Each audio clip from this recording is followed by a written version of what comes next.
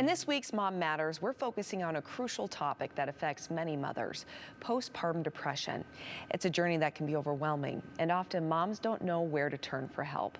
Dr. Yip joins us for this important conversation.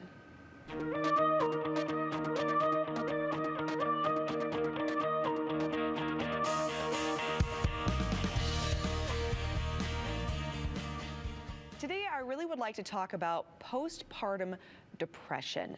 First of all, what is it and how common is it? Well, postpartum depression occurs during the postpartum period, even though some women can also experience it during the perinatal period, which is the time from pregnancy till after birth. And research shows that occurs in about 10 to 15% of women. However, that number is probably underrepresented because there are still so many women who go undiagnosed. However, when a woman experiences postpartum depression, she's feeling a lot of sadness.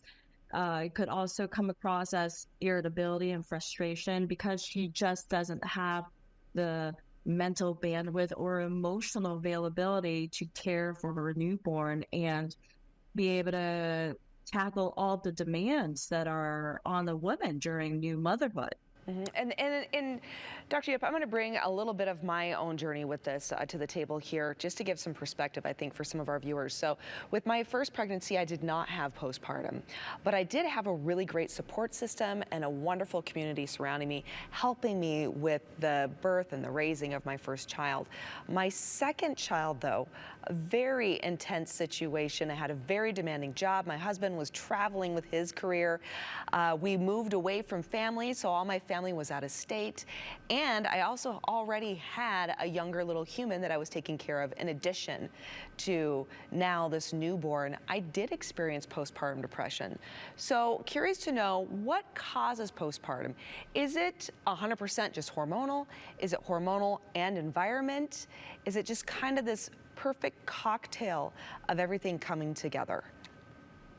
Yeah, when postpartum depression occurs, there's definitely the biological risk factors. So if you are prone or you've been at risk for depression in the past, or even any type of mood disorders such as anxiety disorders, then you're at risk for having postpartum depression when you are in that postpartum phase. And, the biological contribution is only one part of the equation. We know that your social support system, your ability to rely and depend on other people during this very demanding phase, is also a huge buffer to preventing any mental unwellness, whether it's postpartum depression or anxiety or something more severe such as OCD or psychosis. So having that support system is greatly needed during that postpartum phase. We have to remember that we weren't meant to raise an entire family by ourselves in these nuclear systems that we have developed since the industrial period. So it's important to have that support system and make sure that when you're pregnant, you're preparing for that. Who can you rely on? Who can you confide in during those teary mommy moments? All of that is really important, not just your hormonal balance. Let's give the red flags of what could be the early onset of postpartum, and then give some direction. What should women do?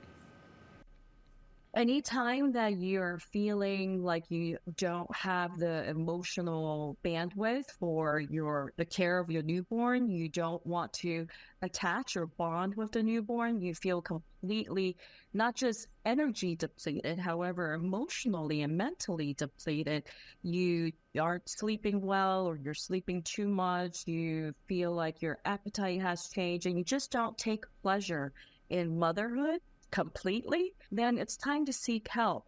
And there are several nonprofits that have resources. So I would definitely check out the Anxiety and Depression Association of America, that's ADAA.org, as well as the International OCD Foundation, which is IOCDF.org, where There are therapist directories for you to find a local specialist with experience in treating mothers during the postpartum or perinatal phase.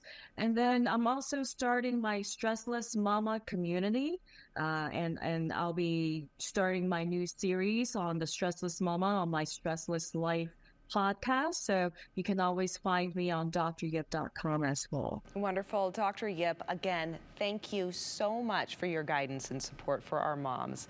Really appreciate it, and I hope to talk to you again soon.